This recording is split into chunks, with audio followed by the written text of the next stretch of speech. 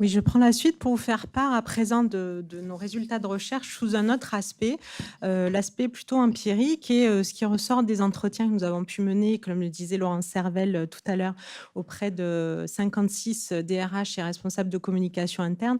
Donc la démarche qui est derrière ça, ce sont des entretiens assez longs, d'1 heure et demie à peu près, compréhensifs, sur la pratique professionnelle, la description de l'activité, en termes de jubilation comme de difficultés. Donc on a recomposé finalement le vécu des situations de travail à partir de ces témoignages, à partir aussi, en vous le disant en introduction, Laurence le disait, de séquences d'observation pour voir concrètement dans les open space, dans les bureaux, dans les services, comment se fait la coopération, puisque c'est bien aussi la question du collectif qui est en cause.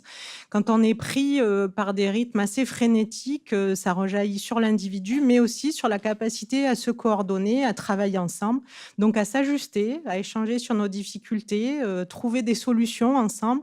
Et bien, quand les rythmes s'accélèrent, c'est peut-être pas si facile que ça et peut-être de plus en plus difficile.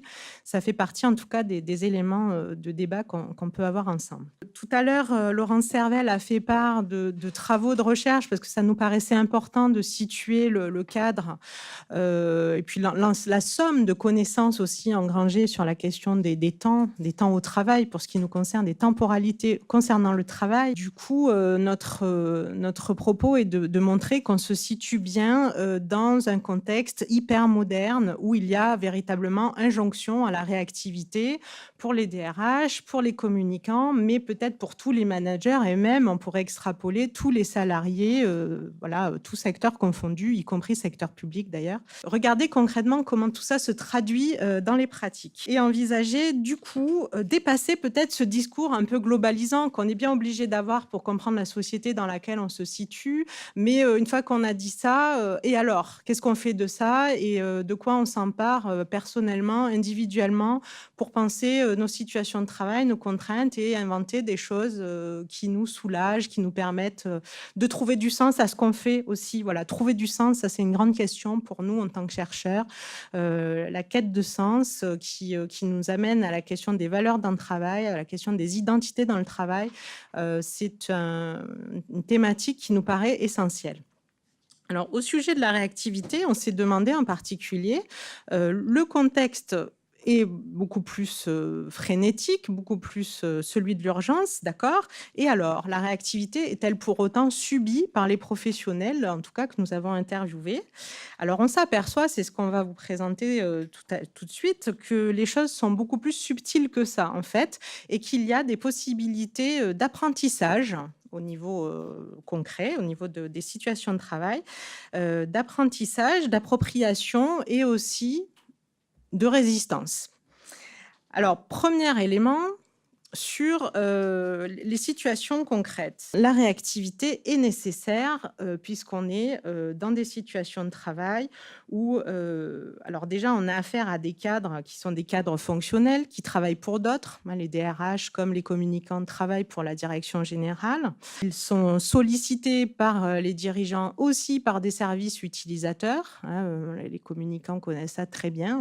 Voilà, on existe, on est utile quand on montre qu'on est, voilà, qu'on sait répondre, percevoir les besoins des personnes qui font appel à nous, qui nous sollicitent. On a là une population de personnes qui sont situées dans les organisations avec des contraintes à peu près similaires. Une autre similitude entre ces personnes, c'est qu'elles sont dans des situations de travail qui sont suréquipées numériquement. Vous connaissez ça par cœur, la connexion, l'exigence de connexion, de réactivité, y compris numérique, et vraiment le lot quotidien. Donc, ça se traduit en sollicitation permanente par le téléphone, par les messages, par une diversité de sujets à traiter, une diversité d'interlocuteurs aussi.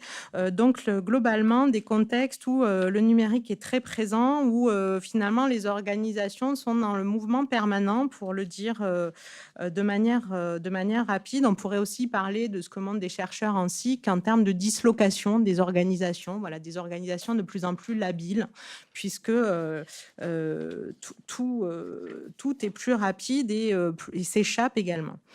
Alors, ceci étant, c'est ça qui nous intéresse, les acteurs que l'on étudie ne sont pas passifs dans ces contextes-là, puisqu'ils inventent ou ils adoptent des techniques, des artefacts qui leur permettent de canaliser ce qui se passe, et notamment le flot des sollicitations. Alors, par exemple, les communicants nous ont beaucoup parlé, pour ce qui est du journal interne, des diverses pratiques pour faire passer ce qui leur semble à eux être le bon sujet, le sujet qui vaut la peine d'être publié dans le journal interne. C'est pour ça aussi qu'on est en lien avec le sens du travail, ce qu'on fait de manière très stratégique pour travailler avec d'autres, c'est aussi lié à ce qui nous paraît important dans notre travail, avoir le sentiment de faire un bon travail. Alors pour le journal interne, c'est par exemple le chemin de fer qui permet de canaliser finalement ce qui se dit en comité de rédaction. Pour les DRH, on a des témoignages sur le marketing RH qui permet là aussi de finalement jouer sur les opérations de recrutement.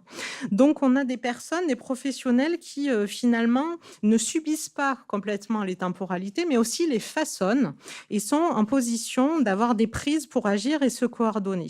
Elles sont aussi en position de diminuer la pression temporelle en disant, ben voilà, ce mail, je ne vais pas y répondre tout de suite parce que pour moi, c'est important de me laisser le temps de réfléchir en équipe à tel ou tel point. Donc, nous trouvons un certain nombre de stratégies. Et puis, ce que nous voulons souligner aussi, c'est que dans ce contexte très frénétique où l'urgence est partout, eh bien, comment les personnes vivent-elles cela ?